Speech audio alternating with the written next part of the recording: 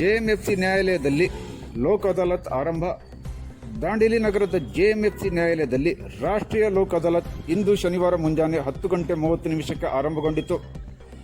ರಾಜಿ ಸಂಧಾನದ ಮೂಲಕ ಪ್ರಕರಣಗಳನ್ನು ಇತ್ಯರ್ಥಪಡಿಸಿಕೊಳ್ಳಲು ಉಭಯ ಕಕ್ಷಿದಾರರಿಗೆ ಲೋಕ್ ಅದಾಲತ್ ಉತ್ತಮ ಅವಕಾಶ ನೀಡುತ್ತದೆ. ಜೆಎಂಎಫ್ಸಿ ನ್ಯಾಯಾಲಯದ ನ್ಯಾಯಾಧೀಶರಾದ ರೋಹಿಣಿ ಬಸಾಪುರ್ ಅವರ ಉಪಸ್ಥಿತಿಯಲ್ಲಿ ಲೋಕ್ ಅದಾಲತ್ ನಡೆಯುತ್ತಿದೆ. ಜಯ ವಕೀಲರು ಸಂಧಾನಕಾರರಾಗಿ ಕಾರ್ಯನಿರ್ವಹಿಸುತ್ತಿದ್ದಾರೆ. ಪೊಲೀಸ್ ಸಿಬ್ಬಂದಿಗಳಾದ ರವಿ ಮಕ್ಕಡಗಾತ್ರಿ, ಚಂದ್ರಶೇಖರ್ ಮಾಳೇಕರ್ ಅವರು ಭದ್ರತೆಯಲ್ಲಿ ನಿಯೋಜನೆಗೊಂಡಿದ್ದಾರೆ.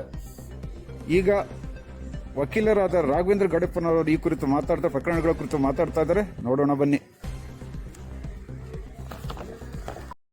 ಕಾನೂನು ಸೇವಾ ಸಮಿತಿಯ ಸದಸ್ಯನಾಗಿರುವ ನಾನು ಇಂದು ವಿಜೃಂಭಣೆಯಿಂದ ಲೋಕ್ ಅದಾಲತ್ ನಡೆದಿದ್ದು, ಸಿವಿಲ್ ಮತ್ತು ಕ್ರಿಮಿನಲ್ ಪ್ರಕರಣಗಳು ರಾಜಿ ಸಂಧಾನಕ್ಕೆ ಪ್ರಯತ್ನಪಟ್ಟು ಸಾಕಷ್ಟು ಪ್ರಕರಣಗಳನ್ನು ಈಗ ನಾವು ರಾಜಿ ಸಂಧಾನದ ಮುಖಾಂತರ ಬಗೆಹರಿಸ್ತಾ ಇದ್ದೇವೆ. ಮತ್ತು ಈಗಾಗಲೇ ಪೂರ್ವ ಪ್ರೀ ಲಿಟಿಗೇಷನ್ ಕೇಸ್ ಅಂದರೆ ಮುಂದೆ ಬರಬಹುದಾಗಿರ್ತಕ್ಕಂಥ ಕೇಸ್ಗಳನ್ನು ಕೂಡ ದಾಖಲಿಸಲಿಕ್ಕೆ ಅವಕಾಶ ಇದೆ. ಅಂಥವು ಕೂಡ ಸಾಕಷ್ಟಿದ್ದಾವೆ. ಮತ್ತು ವೈವಾಹಿಕ ಜೀವನದ ಕುರಿತು ಕೂಡ ಸಾಕಷ್ಟುಗಳು ಪ್ರಕರಣಗಳು ದಾಖಲಾಗಿದ್ದಾವೆ. ಅವುಗಳೆಲ್ಲವುಗಳನ್ನು ಕರೆದು ಇವತ್ತು ರಾಜಿ ಸಂಧಾನ ಮಾಡುವಂಥ ಒಂದು ಕೆಲಸವನ್ನು ಮಾಡ್ತಾ ಇದ್ದೇವೆ. ನ್ಯಾಯಾಲಯದ ಒಳಗಡೆ ಬಹಳಷ್ಟು ಕೇಸ್ಗಳನ್ನು ನಾವು ರಾಜಿ ಸಂಧಾನದ ಮುಖಾಂತರ ಬಗೆಹರಿಸ್ತಾ ಇದ್ದೇವೆ.